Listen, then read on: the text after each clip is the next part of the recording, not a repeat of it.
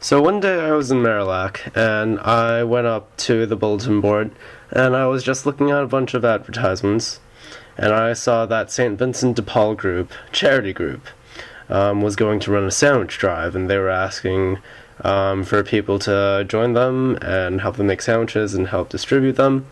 And I was like, hey, why don't I do that for my ASL? So that's what I ended up doing for ASL.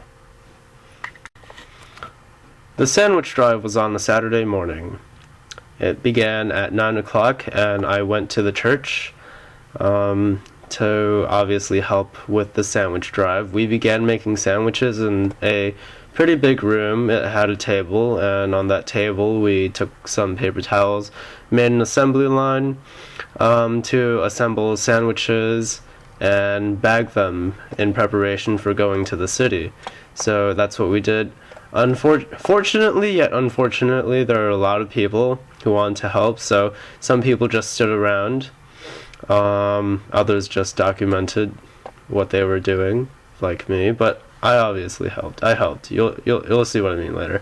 But it's interesting because we had so many things. We had bread, ham, PB and jelly, even granola bars and juice. Those were all donated by other people, as well as some money probably raised by St. Vincent de Paul charity group. So we started out with raw material like bread and PB and J, and we turned them into sandwiches. We assembled even more bags, and each bag, such like the bags of Midnight Run, they all had something, a combination of things. There were sandwiches with different meats. We had, each bag had a juice box or water and a granola bar. And we had to go into another room that ended up getting stacked with bags along the wall. Stacked. And we eventually took all those bags and put them into even a bigger bag, many bigger bags, which would then be carried off to the city later. So by the time we were done making our sandwiches and assembling everything, it was probably 3 hours into the volunteering drive. So everyone grabbed a really big bag of lots and lots of sandwich bags, and we headed out to the Kew Gardens subway station. We went by bus, of course, and then we went from the bus to the train station, and at the train station we just waited for the subway. The subway would take us from Kew Gardens all the way to 34th Street, which was our main location because we would just get off at 34th Street and walk around.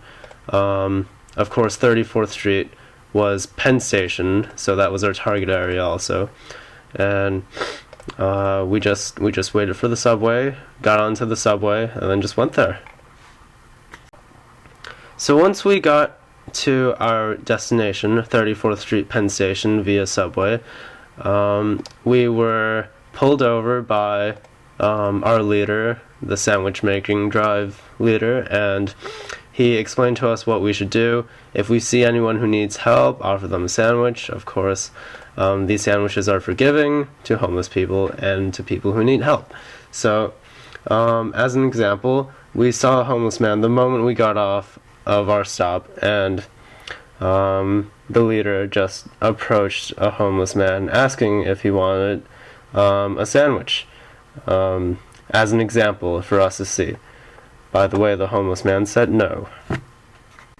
So after we were rejected by that one homeless man, we went past the turnstiles and up into the city around 34th Street.